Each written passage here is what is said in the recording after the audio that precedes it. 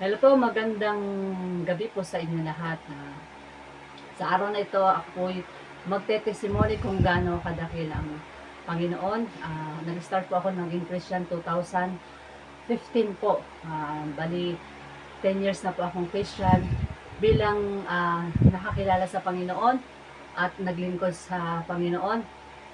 Ang prophetic name na binigay sa akin ng Panginoon nung encounter God retreat po ako is preachers po na binigay sa akin ng prophetic name ng Panginoon, sa paghahayag ng mensahe ng Panginoon. Yun po yung prophetic name ko po na nag-encounter God retreat po ako nung time na yun na nakilala po ako sa Panginoon.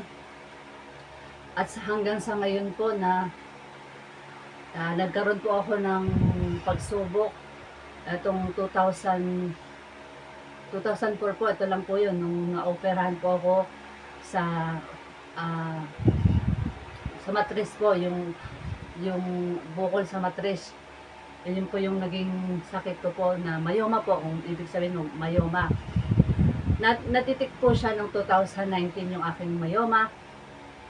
Tapos po yung naditik po nung 2019, nagpa-check up ako, tapos hindi ko po natuloy yung pagpa-check up hanggang dumating po yung pandemic. Hindi ko po nakapagbalik sa doktor, nakapagpa-check up.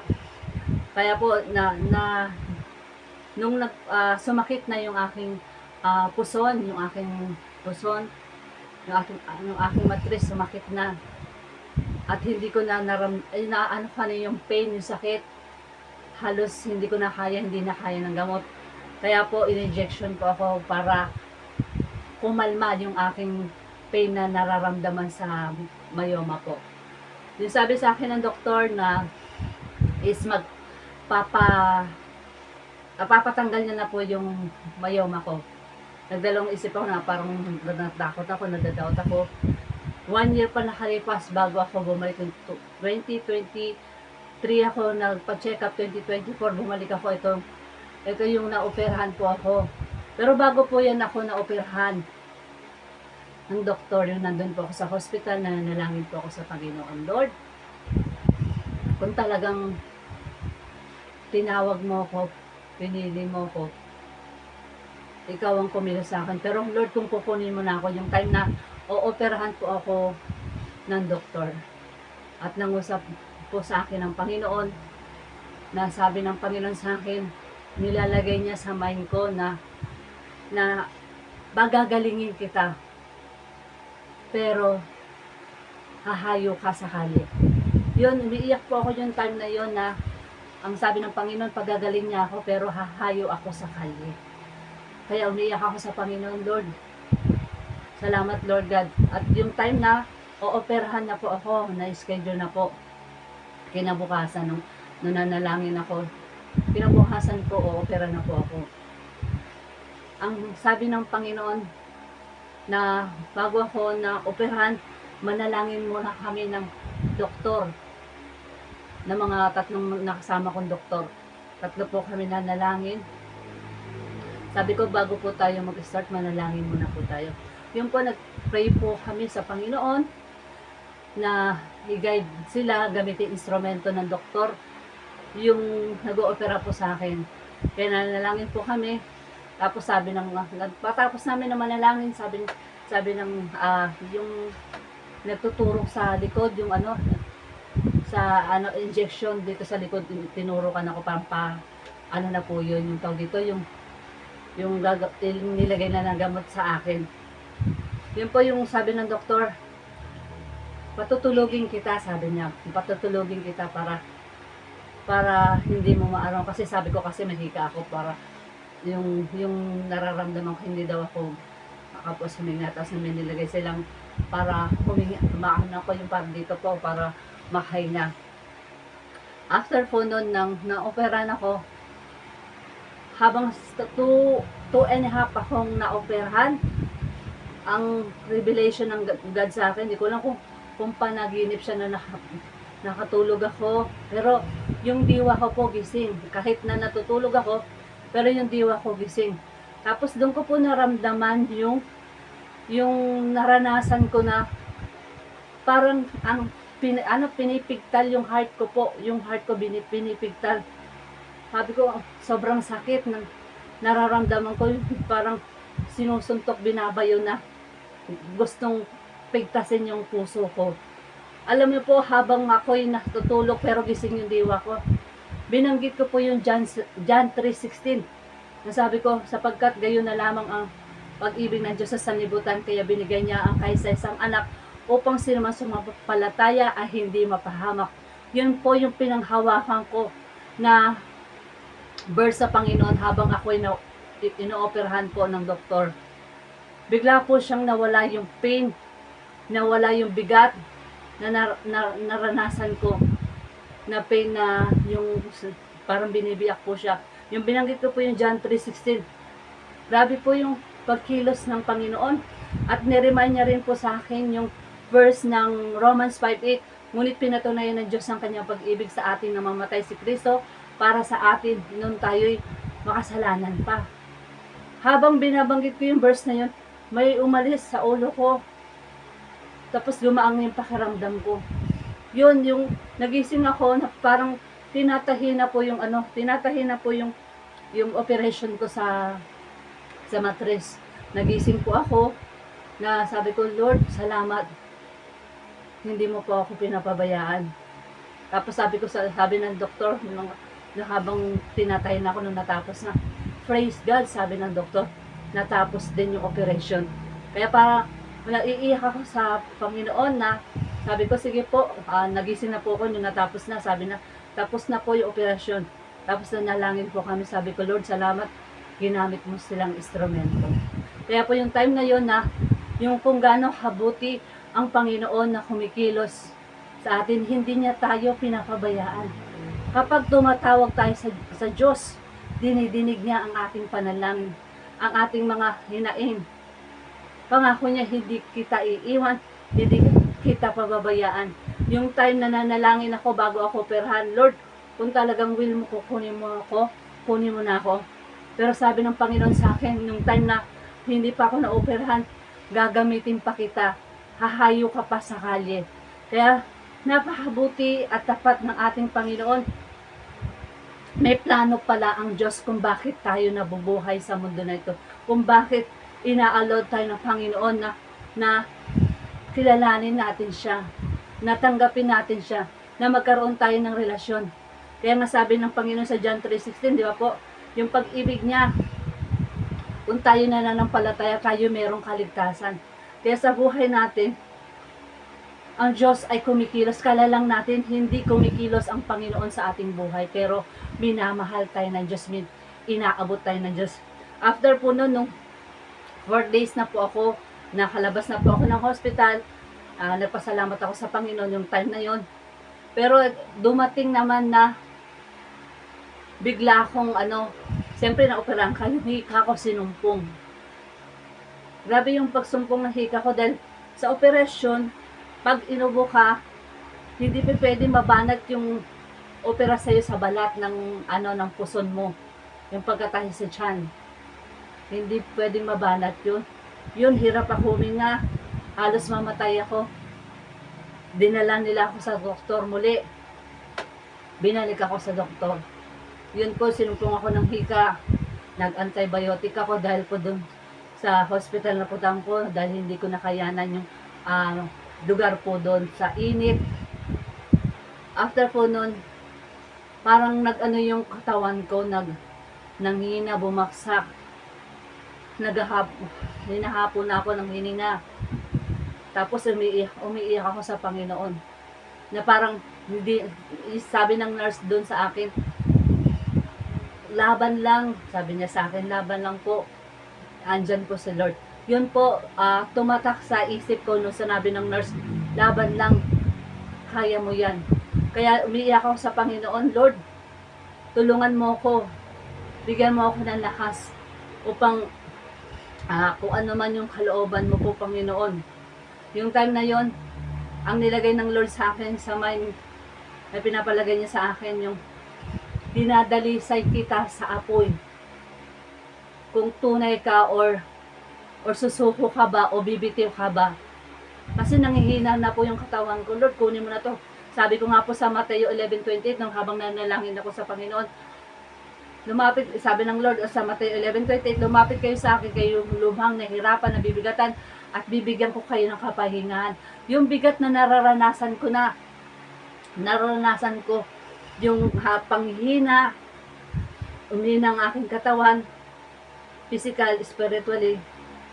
Pero sabi ng Panginoon sa akin, dinadalis na kita sa apoy kung tunay ka o hindi. Or susuko ka ba sa mga pagsubok. Umiiyak po ako. Kaya doon tumatak sa puso ko na labanan, lumaban sa mga pagsubok na naranasan ko. Kaya yung po yung bilang Kristiyano, kahit tayo yung mga lingkod ng Panginoon, nakakaranas po tayo ng mga pagsubok sa mundo na ito. Pero ang sabi ng Panginoon, maging matatag ka at manatili. At ang Diyos ay hindi ka pababayaan. Yan lang ang pinapaalala sa atin ng Panginoon. Dumaan ka man sa mga pagsubok ng mga problema mo, buhay na tinatahak mo. Hindi naman bilang Kristiyano ka, petik-petik lang, okay ka lang. Dadalisahin ka sa apoy. Kung tunay kang lumalapit sa Panginoon, kung tunay kang nagmamahal sa Panginoon. Ang hirap po bilang Kristiyano, pero kapag pinagkatiwala mo sa Panginoon, ang lahat ay gagawin niya po yan. Kaya nga sabi niya po dito sa Isaias, basahin lang po natin yung Isaias po Kaya napakaganda po yung Isaias na po. Gusto ko rin po yung verse na po yun na Isaias. Wait lang po, hanapin natin. Isaias 41 verse 10. Wait lang po, hanapin natin. Kaya hindi po tayo kailanman pababayaan ng ating Panginoon. Sabi po sa verse 10, sa verse 10 ba yun? Sabi po dito, ako si Yahweh, ako ay sasaiyo. Sabi po to sa, ulitin ko lang po yung verse Isaiah chapter 41 verse 10. Ako'y sasaiyo, huwag kang matakot. Ako ang iyong Diyos, hindi ka dapat mangamba. Palalakasin kita at tutulungan, iingatan at ililigtas. Amen. Yung time na nanghina ako, nananalangin ako sa Panginoon, tulungan mo ako. Bigyan mo ako ng lakas. Anumang kahinaan ko, ikaw ang magbigay ng kagaangan. Tayo mga bigat na nararanasan natin, ng mga pagsubok sa buhay. Dumaan ka man na ikay na operahan, katulad ko na operahan po ako. Pero pinagkatiwala ko po lahat sa Diyos. Kapag pinagkatiwala mo lahat sa Diyos, at hindi ka pababayaan ng Panginoon, ito'y pangako niya, ako'y sasa iyo, huwag kang matakot. Ako ang iyong Diyos, hindi ka dapat mangamba. Palalakasin kita, tutulungan at iingatan at ililigtas. Amen. Dumaan man ako sa pagsubok na nararanasan ko, pero kapatid, kapag pinagkatiwala mo sa Panginoon ang lahat ng bagay, ay kikilos ang ating Panginoon. Napakabuti at mahal ng Diyos. Dumaan ka man sa mga na nararanasan mo sa pagsubok na yan. Kapatid, wala kang ibang kakapitan kundi ang Panginoon. Wala kang ibang tatawagin kundi ang Panginoon sa ating buhay. Kasi ang buhay natin, pansamantala lang sa mundo na ito. Pansamantala lang yung buhay na tinatahak natin. Meron po tayong buhay na walang hanggan. Kung tatanggapin natin si Jesus Cristo sa ating buhay, magkakaroon tayo ng buhay na walang hanggan. Hindi po mahalaga ang mga material na bagay dito sa mundo na ito. Napakalaga yung tunay na relasyon natin sa Diyos. Hindi po makakaligtas ang reliyon, kundi relasyon natin sa Kanya. Pag-ibig natin sa Kanya at pagsunod. Mahal na mahal po tayo ng ating Panginoon. Minsan hindi tayo pinabayaan ng Diyos. Minsan tayo'y lumalayo sa Diyos. Pero pilit tayong minamahal ng Panginoon. Kaya kapatid, mahal ka ng Panginoon. Huwag kang lalayo. Huwag kang lalayo sa presensya ng Panginoon. Mahal na mahal tayo ng Panginoon. Inaantay lang tayo ng Panginoon na tayong lahat ay magbalik loob sa Kanya. Ganon niya tayo kamahal. Kaya sa mga pagsubok na naranasan natin, kapit lang tayo sa Panginoon. Kasi ang Diyos ay hindi nagpabaya. at hindi nang iwan. Tayo lang minsan ay lumalayo at umiiwas sa Panginoon. Pero kapag anak ka ng Diyos, pilit kang pinaparimay ng Panginoon, magbalik loob ka sa akin. Ayaw ng Diyos na tayo napapahamak. Kaya the more tayong lumalapit sa Diyos, the more tayong naririnig ng Panginoon. The more tayong nagmamahal sa Diyos, the more tayong mamahalin ng Panginoon. Kasi mahal tayo. Tayong unang inibig ng Diyos. Kahit hindi tayo kaibig sa harap ng Panginoon, kahit anumang nagawa nating kasalanan sa ating Panginoon, kapag tayo lumapit sa Diyos, patatawarin tayo ng Panginoon. Ganun po tayo kamahal ng Panginoon. Kaya kapatid, huwag kang bibitiw sa mga pagsubok na nararanasan mo. Kasi ang Panginoon, tapat siyang na nagmamahal. Ang nais niya lang sa atin, magkaroon tayo sa Kanya ng tunay na relasyon. At hindi rin makakaligtas ang kundi relasyon mo sa Diyos. Napahalaga ang tunay na relasyon. Kaya pangako ng Panginoon, hindi niya tayo kailanman bibiguin ng Panginoon. Hindi tayo kailanman iiwan ng Panginoon. Iwan man tayo ng mahal natin sa buhay, pero si God, nandyan na nagmamahal sa atin. Ganon niya tayo kamahal ng ating Panginoon. Kaya napakabuti at tapat ng Panginoon tayong lumapit sa Panginoon. Huwag tayong mangnawang lumapit sa Panginoon. Sabi nga ng Panginoon sa Jeremiah 33 verse 3. Basahin po natin ha. Sabi niya, kung nanalangin ka sa akin, Jeremiah 33 verse 3, kung nanalangin ka sa akin, tutugunin kita. Yun po yung sinasabi dito sa Jeremiah 33 verse 3. Sabi dito, kung nananalangin ka sa akin, tutugunin kita at ipapahayag ko sa iyo ang mga bagay na dakila at mahiwaga na hindi mo pa nalalaman. Amen. Kapag tayo nananalangin sa ating Panginoon, tinutugon ang ating panalangin. Kaya kapatid, huwag kang manawang lumapit sa Panginoon. Ano man pangangailangan mo sa Panginoon, hingin mo to na buong puso, buong isip sa Kanya. Ibigay mo sa Kanya yung buhay mo para maranasan mo ang kapangyarihan ng Panginoon kung gaano kumikilos ang Diyos sa buhay natin. Kaya kapatid, huwag kang mawalan ng pag-asa. Mahal tayo ng ating Panginoon. Niintay niya lang tayo na magbalik loob sa Kanya. Ganon niya tayo kamahal. Kaya lang po, mababahagi ko kung gaano kadakila ang Diyos na kumikilos, ang testimony ng Panginoon sa aking buhay, kung paano niya ako iningatan, ginabayan ng Diyos sa paglilingkod ko, sa pag-opera sa akin ng doktor, ginamit instrumento ang mga doktor. Kaya napakabuti ng ating Panginoon. Kaya huwag kang mawalan pag-asa, kapatid. Mahal ka ng Diyos. Yun lang po, mababahagi ko na ang Panginoon na hindi nagbabago at hindi nagkukulang. Mahal tayo ng ating Diyos. Sa Diyos po ang lahat ng kapurihan. God bless po sa inyo lahat. Sabi po, share niyo po yung video po. God bless po.